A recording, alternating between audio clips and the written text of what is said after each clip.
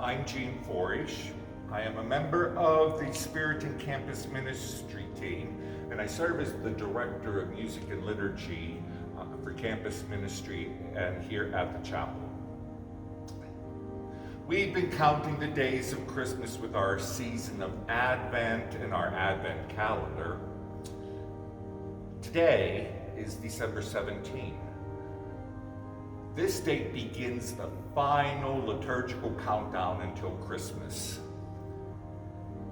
We are counting down using the O antiphons. The O antiphons are a part of the liturgy of the hours. You may know the liturgy of the hours as morning prayer, vespers, night prayer. So the O antiphons are a part of this Advent prayer. And I want to think of the O antiphons almost like our New Year's Eve day countdown. You know, we're waiting for the ball to drop or rise or whatever, and we count 10, 9, 8, and with each successive number, the anticipation increases and the joy. So with these O antiphons, we are having our final liturgical countdown. The O antiphons, they're based on titles of Christ that's found in the Bible. These O antiphons, the titles are O Wisdom, O Lord, O Root of Jesse, O Key of David, O Radiant Dawn, O King of Nations, O God with us. And each of these traditional titles for the Messiah connects us to the coming of Christ with the prophetic writings that are found in the Hebrew Bible or the Old Testament. I want to make an additional comment about the O antiphon, O Root of Jesse. When working with students, I often ask, what is the connection between this root of Jesse and Jesus? How does this root of Jesse fit into Advent and the coming of Christ? And it has to do with the genealogy of Jesus, and it's the genealogy of St. Joseph. If you look at the Gospel of Matthew, it begins with this very long list of names. It begins with Abraham, who begot Isaac, who begot Jacob, etc., etc. And further on down, we have the King of David, and we have more names, and then finally Joseph. Jesse was the father of King David.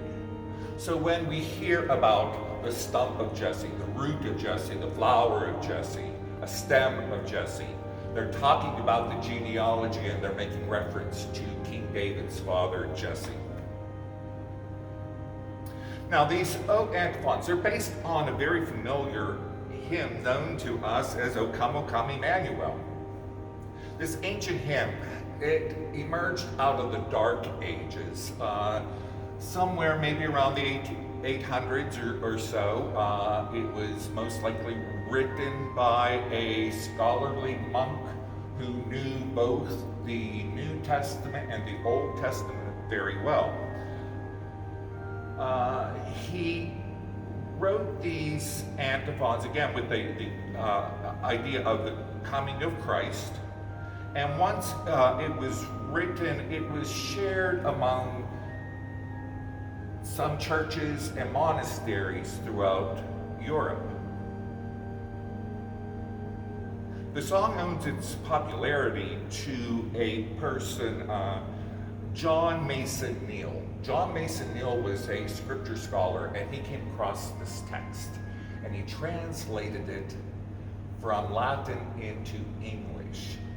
And it was published, and it became very popular, and it eventually became a very well-known and almost worldwide known Advent hymn of our time.